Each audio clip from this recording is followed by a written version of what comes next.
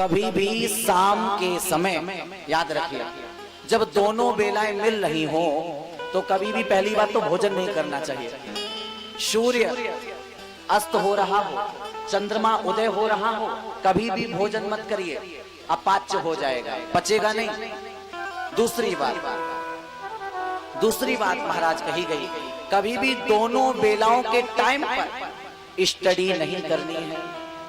अगर अध्ययन किया तो दोनों बेलाओं के समय जो अध्ययन होता है वो विस्मृत, भूल जाते हैं। और तीसरी बात, दोपहर के समय या संध्याकालीन के वेला के समय जो सहवास करते हैं पति और पत्नी, उनके गर्भ से कभी भी पुत्र ध्रुव जैसा नहीं आ सकता। उनके गर्भ से कोई हिरण्याकश्यप आएगा, उनके गर्भ से कोई हिरण्याक्ष जैसा बेटा चलकर आएगा। इसीलिए हम दुनिया में जन्म लेकर आते हैं, क्या संस्कृति है, क्या धर्म है, वो तो कभी पढ़े ही नहीं। क्या करना क्या नहीं करना, जो मन में आ रहा सो करे जा रहे। कभी वेदों की शरण में आओ ना, इसीलिए तो कथा सुनाई जाती है, तुम बदल जाओ। लेकिन हम नहीं बदलेंगे, हमने कसम खा के रखी है ना। पंडाल में जब तक बैठे तब तक ज्ञान वैराग्य जगे थे, और जैसे ही इधर से उधर निकले सो बुराई चालू, ज्ञान वैराग्य फिर बूढ़े हो गए। यही कलयुग है, यही कलयुग के लोग। महाराज दोपहर के समय, जब दोपहर का समय जा रहा, सायं बेला प्रारंभ हो रही, तो सहवास हुआ। उसी के प्रभाव से दो बेटे इनके गर्भ से जन्म लेकर के आए हैं। ए तो पार्षदो महिया जयो विजय बचा, कदर्थी कृत्यमाम यदवो वही क्रातामतिक्रमा। ये जो दिति के गर्भ से दो बेटे जन्म लेकर आए, ये भगवान हरि के पार्षद हैं, जय और विजय। इनको श्राप मिला है, 3 बार जाकर पृथ्वी पर घोर राक्षस बनना पड़ेगा, और तीनों बार जब भगवान के हाथों तुम मरोगे तब तुम्हारी मुक्ति होगी। तो यही दोनों एक बार बने रावण और कुंभकर्ण, यही एक बार बने हिरण्याकश्यप और हिरण्याक्ष, और यही एक बार बना आकर शिशुपाल। और तीनों बार गोविंद ने इसका वध किया, तब इनका उद्धार हुआ। तो दिति के गर्भ से दो बालक जो भगवान के पहरेदार हैं, जय विजय, वो चल करके आए हैं। और जब महाराज जय विजय चल करके हिरण्याकश्यप और हिरण्याक्ष बन करके आए, तो दोनों ने कठिन तपस्या की भगवान की प्राप्ति के लिए। भगवान प्रकट हो गए, वरम ब्रूहि, वरदान मांगो। इसने कहा युद्ध में मैं किसी भी मनुष्य से या दैत्य से पराजित ना हूं। ये हिरण्याक्ष ने वरदान मांगा। ब्रह्मा जी ने कहा तथास्तु। ब्रह्मा जी चले गए। अब बंधुओं जरा ध्यान देना, हिरण्याक्ष कहते किसे हैं? हिरण्याक्ष कौन है? हिरण्य माने पैसा। पंडित जी लोग जब पूजा कराते हैं सुबह तो बोलते हैं हिरण्य गर्भा समवर्तताग्रे। हिरण्य माने पैसा और अक्ष माने आंख। समाज में ऐसे लोग जिनकी दृष्टि सदैव दूसरों के धन पर गड़ी रहते, ये कम मरे और इसका पैसा मुझे मिले, वही हिरण्याक्ष है। जिसकी दृष्टि दूसरों के धन पर गड़ी रहती, वही प्रवृत्ति के मनुष्य संसार में हिरण्याक्ष कहलाते। पहले एक हिरण्याक्ष था, आजकल तो जगह जगह महाराज हिरण्याक्ष घूम रहे हैं। सब चाहते हैं कि दूसरे का धन, दूसरे की जायदाद हमको मिल जाए। हाँ जी की ना जी? हाँ जी, सब फिर रहे हैं कब किसका मिल जाए फ्री फंड का। तो हिरण्याक्ष को जब आशीर्वाद मिल गया, देखो जब किसी आदमी के पास कुछ होता नहीं तब वो तुच्छ समझता, और जब भगवान उसको कुछ देते तो वो अपने आप को सब कुछ समझता। जब उस पे कुछ है नहीं, भगवान ने कुछ दे दिया तो वो अपने आप को सब कुछ समझने लगा। वो कहता मुझसे बड़ा तो कोई दुनिया में है ही नहीं। लेकिन याद रखिए, दुनिया के नजरों में तुम पैसे वाले होना, बड़े पैसे वाले धनाढ्य हो जाना, पर भगवान के सामने जब जाना तो कहना गोविंद ये पैसा तेरे पर न्यौछावर है, सब तूने तो दिया। एक बार एक आदमी आया और मुझसे बोला महाराज जी आपका भारत कैसा है? मैंने कहा कैसा है? बोले यहाँ के लोग कितने पागल हैं, वो पानी बहता है ना नदियों में, वहां लोग उछाल के सिक्के फेंक देते हैं, ये कौन सी प्रथा है? मैंने कहा तुम्हें शायद भारत की संस्कृति का पता नहीं, ये भारत देश है, धरती सुनहरी अंबर नीला, हर मौसम रंगीला, ऐसा देश है मेरा है। ऐसा देश है मेरा। ये देश कैसा है? तो मैंने कहा वो सिक्का जो भारत का व्यक्ति गंगा में उछालता, क्यों उछालता है? क्यों? क्योंकि वो भारत का मनुष्य कह रहा है, मां गंगे, इस धन की, इस दौलत की तेरे सामने कोई कीमत नहीं, इसलिए न्यौछावर है तेरे पर ये सिक्का। ये भारत की संस्कृति है, भारत के लोगों की ये संस्कृति है। हम उस देश के वासी हैं जिस देश से गंगा बहती है। उस देश में जन्म मिला, हम कितने सौभाग्यशाली हैं। लेकिन इस भारत जैसे देश में भी जन्म लेकर हम आजकल क्या कर रहे? थोड़ा पैसा आया, थोड़ा धन आया, नहीं कि हम सब कुछ भूल गए, हम कौन हैं ये तक नहीं। लेकिन याद रखना, दुनिया में जब तक पैसा है तब तक हजारों मित्र मिल जाएंगे, लेकिन जिस दिन पैसा खत्म हुआ दुनिया के मित्र मुंह मोड़ लेंगे, लेकिन यही एक मित्र है जो उस समय भी खड़ा रहेगा वहां पकड़कर। किसी ने कहा, मेरे जेब का चंद कुन्ना क्या फटा, मेरे जेब का चंद कुन्ना क्या फटा, अपनों सिक्कों से पहले अपनों ने मुंह मोड़ लिया, सिक्कों से पहले अपनों ने मुंह मोड़ लिया। गरीबी थोड़ी आई नहीं कि अपने सब बेगाने हो गए, और जो बेगाना जिसको हम समझते वही एक मेरा रहा। इसलिए हम गोविंद से कहें वहां फैलाकर, हे प्रभु आप दया निधान हैं, करुणा निधान हैं, सदैव कभी भी धन आए दौलत आए पर हम कभी अभिमान न करें, और परमात्मा से हम कहें, हे प्रभु धन दो, दौलत दो, मैं आपसे मांगूंगा नहीं, जो तुम्हारी मर्जी हो सो दे दो। हो मेरी दुनिया तुम ही हो मेरी दुनिया तुम ही हो, और दुनिया से क्या मांगे, और जब बिन बोले मिलता हम बोल के क्या मांगे, जब बिन बोले मिलता हम बोल के क्या मांगे। मेरी दुनिया तुम ही हो, दुनिया से क्या मांगे, मेरी दुनिया तुम ही हो, दुनिया से क्या मांगे, जब मिले मांगे मिलता हमें बोल के क्या मांगे, जब मिले मांगे मिलता हमें बोल के क्या मांगे। हरि बोल।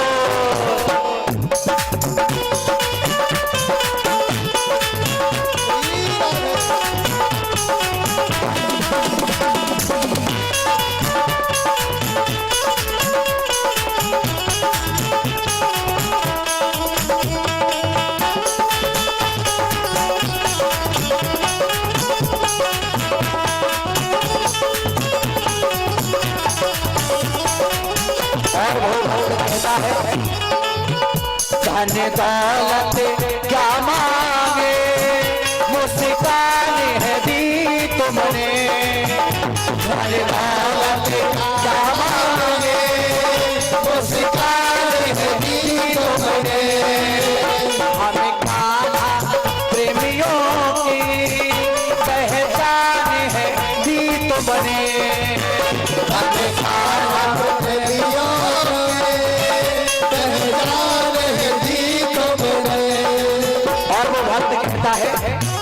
किस मत को बनाते हो, किस मत को बनाते हो, किस मत से क्या मांगे, किस्मत को बनाते हो और किस्मत से क्या मांगे।